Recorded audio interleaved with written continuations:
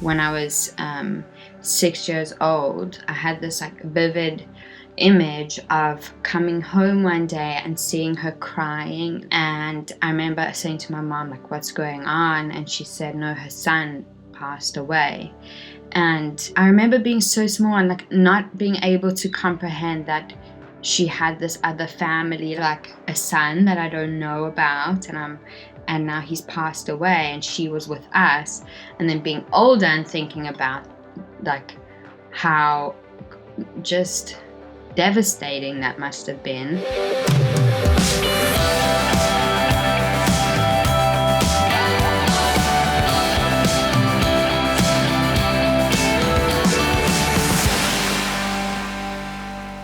Hi, I'm Yaku. And I'm Mark. And welcome back to Department Spotlight, which is the show where we speak to our friends and colleagues in the film industry about their experiences making movies. So this month we've got a special episode. We'll be speaking to Talia Smith. She's the writer and director of Umama, which recently won a Student Academy Award.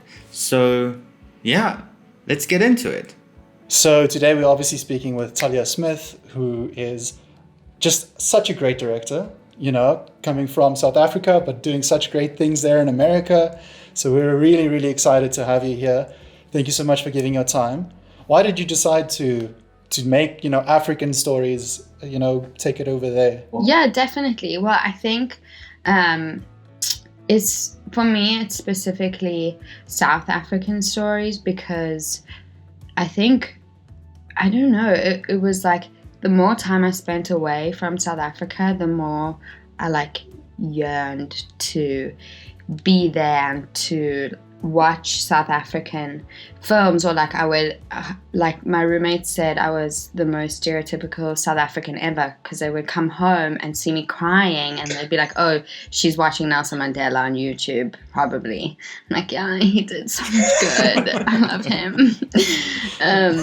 I'm so moved by South African people because we've, our country's gone through so much, and then you come to South Africa and people are so incredible and so resilient. At first, I was like, ooh, I don't want to be the girl who just tells South African stories. And then I thought about American directors, and nobody says to them, oh, they just tell American stories.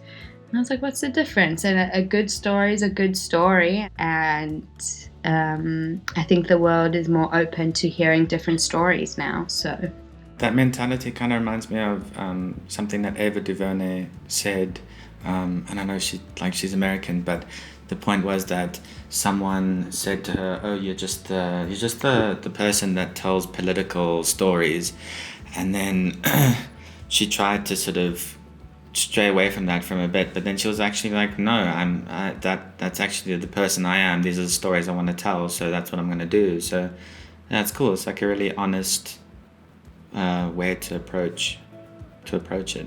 So I wanted to ask, just tell us about Umama specifically.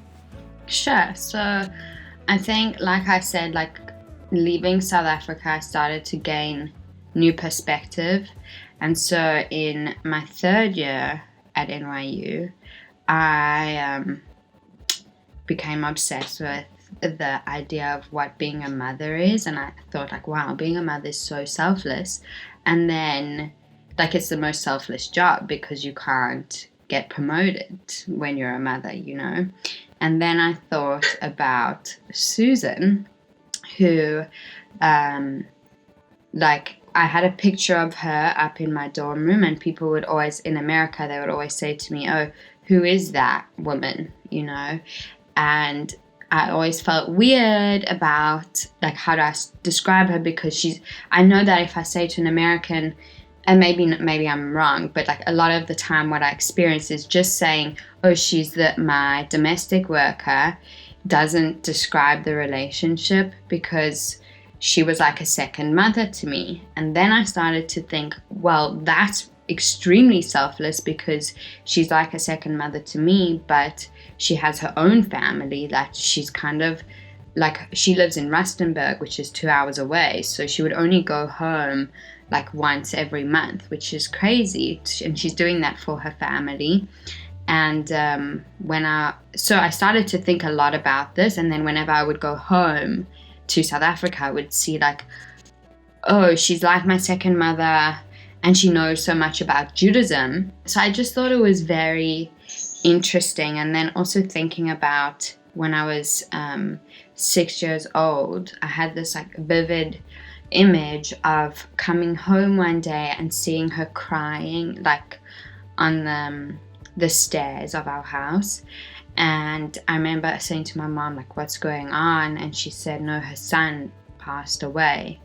And at that time, I remember being so small and like not being able to comprehend that she had this other family. Like I knew her daughter and we were friends, but then to have like a son that I don't know about, and now he's passed away and she was with us, and then being older and thinking about like how just devastating that must have been. I just thought, okay, let me write about it for myself, just to digest and see, like, not really to make sense of it, but just to state what exists. And so that's what I did, and my class really encouraged me to carry on writing about it. And then it just like took on a life of its own. People really liked it and they said you should do this for your thesis, and then I listened to them, thank goodness. And then here we are. Amazing. Cool. So That's I such a- suppose Yeah. just one of the questions here, I think that leads onto that really well, is that as you're developing it, like we know it's a true story, but it's still a film and not a documentary. And I know that obviously some names are changed, like your mother, the younger version of yourself in the story, the names are changed. So I wanted to know, in the development of it, what was expanded, contracted, invented, that type of thing, to get the truth of it across as a film as opposed to a documentary. Yeah, so that's something that's very important to me, is that it's inspired by this moment, but that's not how it happened at all.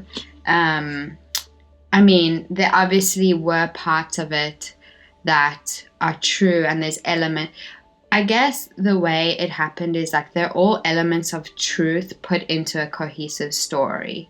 So it's like the moment specifically between Cassandra and Sibongile are moments that would happen between me and Susan. Like I did play Mama Temba in my school play, which is weird, you know, because I went to an all Jewish school and I'm playing Mama Temba, and that was kind of our way of learning about a different culture. And I was just thinking, wow, that's so interesting. Like that's how I'm learning about a different culture, and she already knows so much about mine. And then in reality, it happened over Rosh Hashanah, another Jewish holiday, but I changed it to Passover because I thought the like symbolism there was more powerful. And then the story of the way her son was killed is how it happened, where he went to a billiards and they were playing pool, and he won and they killed him because he won, which is just like senseless violence and so crazy. But unfortunately, like it's the reality of our country, and so many other people share similar stories, which is what scared me the most doing research for this film. But the story of Tabiso, her son's name is not Tabiso, and his story is more, it's more based on kids of the born free generation. And like what I did was I did a lot of interviews with children whose mothers were domestic workers, what growing up was like for them. So there was one story that I heard, or a lot of stories, where they would be at school and they wouldn't fit in, and then they would come home and be mocked for like eating white people's food, and just not really having a sense of belonging, which I thought was interesting, and not really understanding why their mothers were doing that until they were much older, what their mothers were going through for them. So his story is completely fabricated, but like with other people's stories. So research. What was important to me was just to show like she didn't get an education, and she is a result of circumstance of the history of our country, and he now has opportunities that she didn't have because she's working in the only position that she can. But he is now in that same vein, like has an absent mother figure almost, and can't really see that at the time. So yeah, I hope that answers the question. It does, and it's such a beautiful film. Mark sent me the link a little while ago, and it's wow. I mean, the way that you portray all these things, and like you were saying, you were striving for the selflessness, and it's really up there. So yeah, thank you so much to Talia Smith for participating in such a great conversation. We learned so much, and I'd just like to personally thank her for allowing me the opportunity to help out on the film. If you like that extract from our conversation with Student Academy Award winner Talia Smith, then remember that you can listen to the full version of the podcast on Spotify, Apple Music, or anywhere else that you listen to your podcasts. And also remember to smash that like button, and while you're down there, click the subscribe button. And if you want to see the content that we release every Tuesday and every Friday, with a new short film on the first Friday of every month, remember to hit the bell notification, and then it'll just pop up right there. So until next time, go out there, stay safe, and make your movie.